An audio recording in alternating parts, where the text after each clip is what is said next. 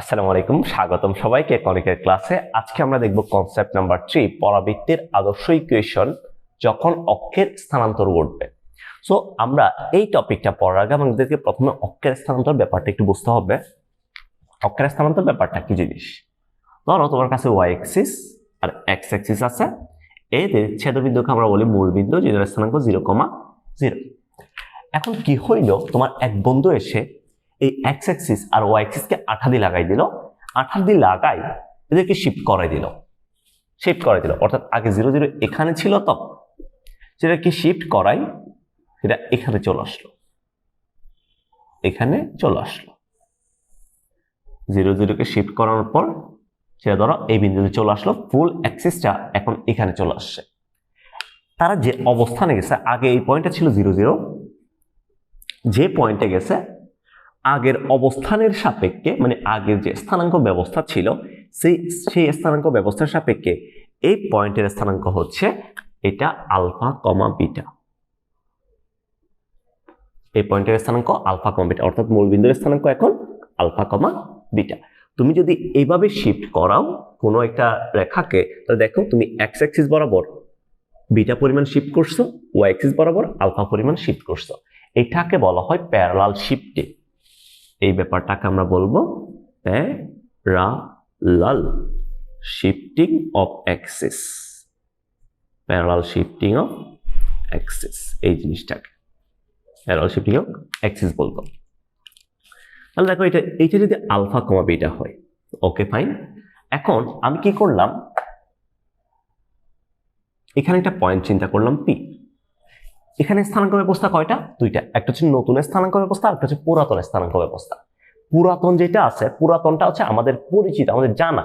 এই নতুনটা সম্পর্কে আমরা কিছুই জানি না, এই স্থানাঙ্ক ব্যবস্থা সম্পর্কে কিছুই আমাদের জানা নাই। আমরা প্রকাশ করব পুরাতনটার মাধ্যমে আমরা প্রকাশ করার ট্রাই করবো যে কোনো পয়েন্টকে। সো আমি ধরলাম এই যে পি পয়েন্টটা আছে, এই পি পয়েন্টের স্থানাঙ্ক নতুন যে স্থানাঙ্ক আছে, অর্থাৎ আলফা কমা বিটা বিন্দুদ্বারী যে স্থানাঙ্ক ব্যবস্থা আছে, এটার সাপেক্ষে এটাকে ধরলাম আমি এক্স প্রাইম ওয়াই প্রাইম। কার সাপেক্ষে? এটা হচ্ছে আলফা কমা বিটা বিন্দুদ্বারী স্থানাঙ্ক ব্যবস্থার সাপেক্ষে এক্স প্রাইম ওয়াই প্রাইম ধরলাম। এরপরে কি করলাম, তাহলে আগের যে স্থানাঙ্ক ব্যবস্থা ছিল মানে 0,0 বিন্দুগামী, তার সাপেক্ষে সেটা হবে এক্স এবং ওয়াই, এটা হবে এক্স কমা ওয়াই, অর্থাৎ এই ফুল ডিস্টেন্সটা হবে ওয়াই আর এই ফুল ডিস্টেন্সটা হবে এক্স এর সমান। কার সাপেক্ষে? 0,0 বিন্দুদ্বারী স্থানাঙ্ক ব্যবস্থার সাপেক্ষে। তাহলে তুমি চিন্তা করো এই ডিস্টেন্সটা কত? এতটুকু। আলফা কমা বিটা বিন্দুদ্বারী স্থানাঙ্ক ব্যবস্থার সাপেক্ষে চিন্তা করলে এটা হবে আমাদের ওয়াই প্রাইম আর এটা হবে এক্স প্রাইম, রাইট? তো আলফা কমা বিটা বিন্দু যে স্থানাঙ্ক দেওয়া আছে, এতটুকুকে আমি বলতে পারি এটা হচ্ছে আমাদের আলফা, এতটুকু বলতে পারি আমি বিটা বলতে পারি। তাহলে দেখো তো আমাদের ওয়াই সমান কি লেখা যায়? আমি লিখতে পারবো ওয়াই সমান ওয়াই প্রাইম প্লাস বিটা। এখন আমাদের বের করতে হবে কাকে? এই ওয়াই প্রাইম সমান কত, মানে অর্থাৎ বর্তমান অবস্থা আগের অবস্থার সাপেক্ষে কি রকম চেঞ্জ হচ্ছে ওইটা। সুতরাং আমরা বলতে পারবো ওয়াই প্রাইম সমান y minus beta, y prime সমান ওয়াই মাইনাস বিটা। এরপরে যদি এক্স প্রাইমের মান বের করি, তাহলে বলবো এক্স সমান এক্স প্রাইম প্লাস আলফা, সুতরাং এক্স প্রাইম সমান x minus alpha, x minus alpha. তাহলে তুমি চিন্তা করো, তুমি যখন মূল বিন্দুকে আলফা কমা বিটা বিন্দুতে শিফট করতেছো, তোমার ভুজ এবং কোটির কি পরিবর্তন হচ্ছে? যে কোনো পয়েন্টের ভুজ এবং কোটির পরিবর্তন হচ্ছে কি রকম? কোটির সাথে মূল বিন্দু যত গড় শিফট করছে, কোটি থেকে তত গড় বাদ যাচ্ছে ওয়াই মাইনাস বিটা। ভুজ থেকে যদি বলি, ভুজ থেকে তত গড় বাদ যাচ্ছে এক্স মাইনাস আলফা, আলফা বাদ যাচ্ছে। তাহলে আমি বলতে পারবো যখন আমাদের কাছে প্যারালাল শিফটিং ঘটবে, তখন আমরা এক্স কে, অর্থাৎ যেখানে এক্স থাকবে এক্স মাইনাস আলফা দ্বারা রিপ্লেস করব, যখন আমাদেরকে ওয়াই থাকবে এই ওয়াইটাকে ওয়াই মাইনাস বিটা দ্বারা রিপ্লেস করতে হবে, এবার আসো আমাদের আদর্শ ইকুয়েশন।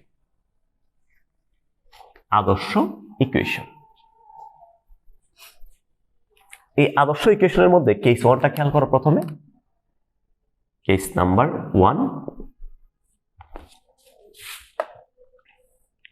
আমাদের আগে মূল বিন্দু ছিল 0,0, এখন সেটা শিফট হয়ে আলফা কমা বিটা বিন্দুতে চলে গেল, খুবই সুন্দর কথা। তো এই আলফা কমা বিটাতে ধরো আমাদের একটা প্যারাবোলা দেওয়া আছে, এটা আলফা কমা বিটা বিন্দুতে এখানে একটা প্যারাবোলা দেওয়া আছে, এটা হচ্ছে আলফা কমা বিটাতে এখন শিফট করছে এই পয়েন্টের স্থানাঙ্কন। আমরা জানি যদি আমাদের কাছে শীর্ষবিন্দু যখন 0,0 হইতো, শীর্ষবিন্দু যদি 0,0 হইতো, এই কেসের জন্য এক্স অক্ষে যখন পজিটিভ দিকে হা করা থাকবে তখন আমাদের ইকুয়েশনটা আসতো y² = 4ax। এটা আসতো ইকুয়েশন, y² = 4ax আসতো আমাদের ইকুয়েশন। সো এখন তো ভাইয়া এখানে শীর্ষবিন্দুটা 0,0 বিন্দু নাই, এখন শীর্ষবিন্দু কত? শীর্ষবিন্দু আলফা কমা বিটা, শীর্ষবিন্দু আলফা কমা বিটা। তো শীর্ষবিন্দু যদি আলফা কমা বিটা হয় আমাদেরকে কি করা লাগবে? এখন কি করা লাগবে তুমি চিন্তা করো। আলফা কমা বিটা তো খুবই ভালো কথা। আমি যদি এখানে একটা পয়েন্ট নিই, ধরো এটা হচ্ছে আমাদের উপকেন্দ্র, উপকেন্দ্র হচ্ছে এটা, উপকেন্দ্র থেকে এই ডিসটেন্স হচ্ছে এ, উপকেন্দ্র এবং শীর্ষবিন্দুর এই ডিসটেন্স হচ্ছে এ। তুমি চিন্তা করো এখন যে উপকেন্দ্রটা আছে, আমরা জানি উপকেন্দ্র আর এটা হচ্ছে আমাদের শীর্ষবিন্দু, এদের মাঝখানের ডিসটেন্সটা এ ধরলাম, ফর এক্সাম্পল এটা হচ্ছে এ। এই যে শিফটিং যে অ্যাক্সিসটা আছে, আমাদের নিয়ামক রেখা হচ্ছে এটা, এটা হচ্ছে আমাদের নিয়ামক রেখা। শিফটিং অ্যাক্সিসের সাপেক্ষে তাহলে এটার স্থানাঙ্ক হবে, এটা ধরলাম আমি 1,0, ফর এক্সাম্পল এটার স্থানাঙ্ক 1,0। তাহলে নিয়ামক রেখার স্থানাঙ্ক কি হবে? এই অ্যাক্সিসের সাপেক্ষে, অর্থাৎ এই যে শিফটিং যে স্থানাঙ্ক ব্যবস্থা আছে ওইটার সাপেক্ষে এটার স্থানাঙ্ক হবে x = -a, x প্রাইম হবে, কারণ এটা যে চলকগুলো থাকবে এই চলকগুলোকে আমরা একটাকে বলবো x প্রাইম আর একটাকে বলবো y প্রাইম। মেইন অ্যাক্সিস গুলোকে আমরা বলবো x আর y। ঠিক আছে, তাহলে আমি বলতে পারবো এখান থেকে x প্রাইম = -a। তুমি চিন্তা করো তো যখন x অক্ষের পজিটিভ সাইডের সাথে হা করা থাকে তখন আমাদের ইকুয়েশনটা থাকে y² = 4x। তো এখানে y আর x কে আমরা কি হিসেবে ট্রিট করব? x প্রাইম আর y প্রাইম হিসেবে। তাহলে আমি বলতে পারবো এখান থেকে y prime square = 4ax prime, 4ax prime এটা বলতে পারবো। একটু আগেই তোমাদেরকে দেখাইছি যখন আলফা কমা বিটাতে শিফট করে আমি আমার যে নতুন বুচ এবং কোটি আসবে, নতুন বুচ এবং কোটিকে আমরা আগের এক্সিসের সাপেক্ষে রিপ্লেস করতে পারি x প্রাইম = x - আলফা দ্বারা, y প্রাইম = y - বিটা দ্বারা, এটা দ্বারা রিপ্লেস করতে পারি। তাহলে একটা কাজ করি ভাইয়া, এখানে যে y প্রাইম আর x প্রাইম আছে, x প্রাইম আর y প্রাইমটা আমাদের জানা নাই, এই স্থানাঙ্ক ব্যবস্থা আমাদের জানা নাই, আমাদের জানা আছে x আর y। সো আমরা y প্রাইম আর x প্রাইমকে রিপ্লেস করে দিই। তাহলে y প্রাইমকে রিপ্লেস করে দিলে আসবে y - beta whole square = x প্রাইমকে রিপ্লেস করে দিলে আসবে 4ax - আলফা। এটাই হচ্ছে আমাদের কেস 1 এর জন্য আদর্শ সমীকরণ ফর কেস 1। দেখো তোমার যখন একটা জিনিস, তোমার যখন y² = 4ax ছিল, শীর্ষবিন্দুর স্থানাঙ্ক ছিল 0,0, তাহলে এই ইকুয়েশনটাকে আমরা লিখতে পারি y - 0 হোল স্কয়ার = 4ax - 0। এটা লিখতে পারি। যখন শীর্ষবিন্দু আলফা কমা বিটা হইছে তখন আমি এখান থেকে লিখতে পারি y - beta whole square = 4a × x - alpha. তাহলে তুমি চিন্তা করো যখন শীর্ষবিন্দুর স্থানাঙ্ক যে কোনো কিছু দেওয়া থাকবে তখন আমাদের ইকুয়েশনটা কি হবে? y - কেস 1 এর জন্য ইকুয়েশনটা হবে y - শীর্ষবিন্দুর কোটি হোল স্কয়ার = 4ax - শীর্ষবিন্দুর বুচ। তোমাকে যদি আমি জিজ্ঞেস করি 2, -3, 2, -3 শীর্ষবিন্দু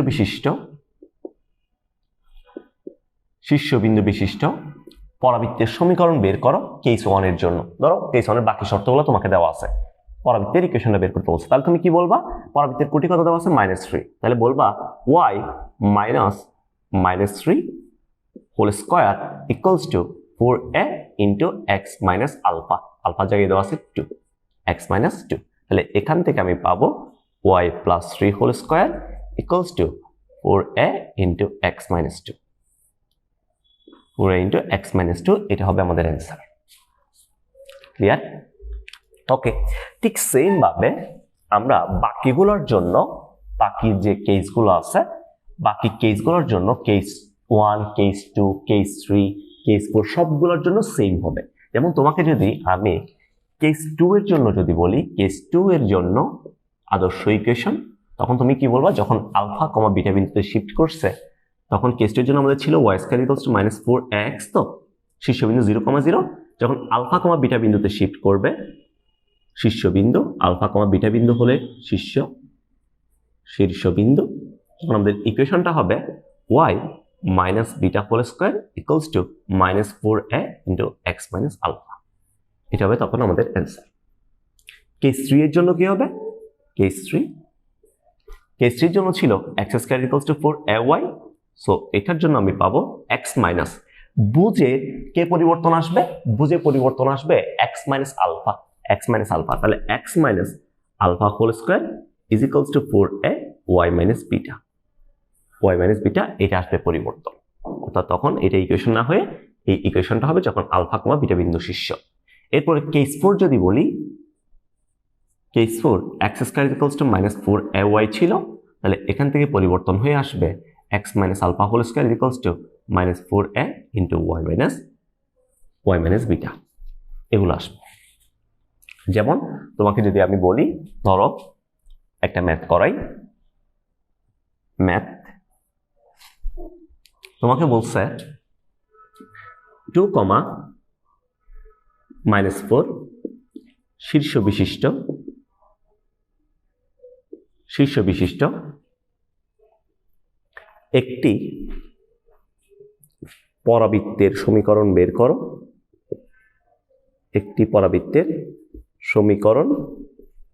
করো, যার প্রতিসম রেখা y অ্যাক্সিস বরাবর, y অ্যাক্সিসের সমান্তরাল, এবং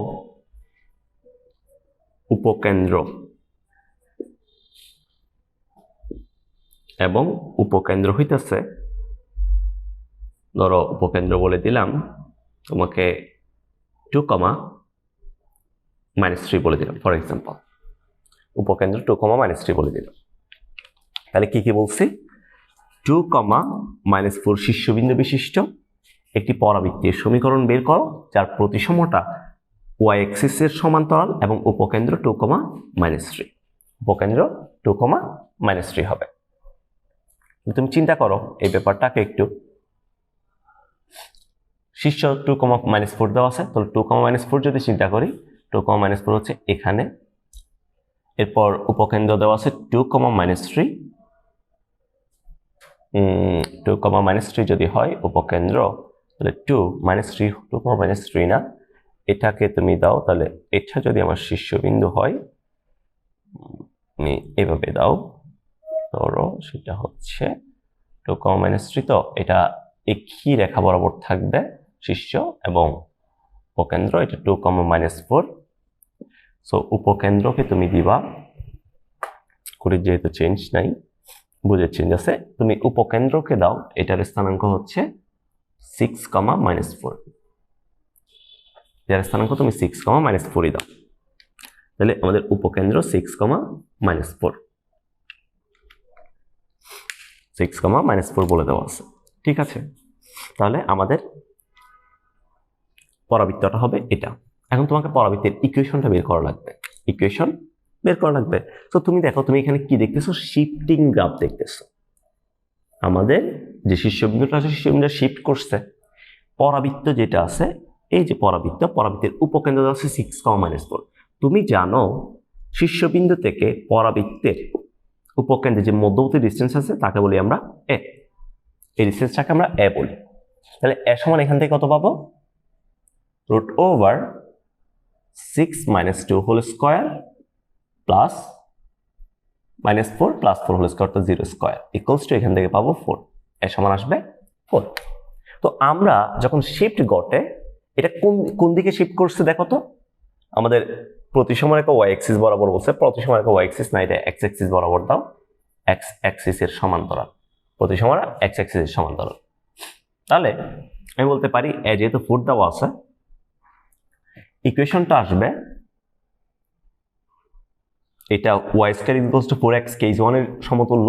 সো আমি বলবো এখান থেকে y minus beta whole square, বিটার জায়গায় কত দেওয়া আছে -4 দেওয়া আছে, তাহলে y plus 4 whole square is equals to 4 into এর জায়গায় দেওয়া আছে 4 ইনটু x মাইনাস আলফার জায়গায় দেওয়া আছে 2 x মাইনাস 2।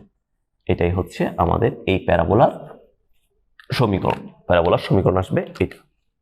সো আমি যদি তোমাকে শিফটিং দিই বা শিফটিং ছাড়া আদর্শ ইকুয়েশন বের করতে বলি, আশা করি তোমাদের আর ভুল হবে না। সো এটাই ছিল আমাদের প্যারাবোলার আদর্শ ইকুয়েশনের কাহিনী অক্ষের শিফটিং এর জন্য। নেক্সট ক্লাসে আমরা এই আদর্শ ইকুয়েশনের কিছু জেনারেল ইকুয়েশন আছে দুইটা, ওই জেনারেল ইকুয়েশনগুলো নিয়ে বলবো, আলোচনা করবো। সবাই ভালো থাকো, টাটা।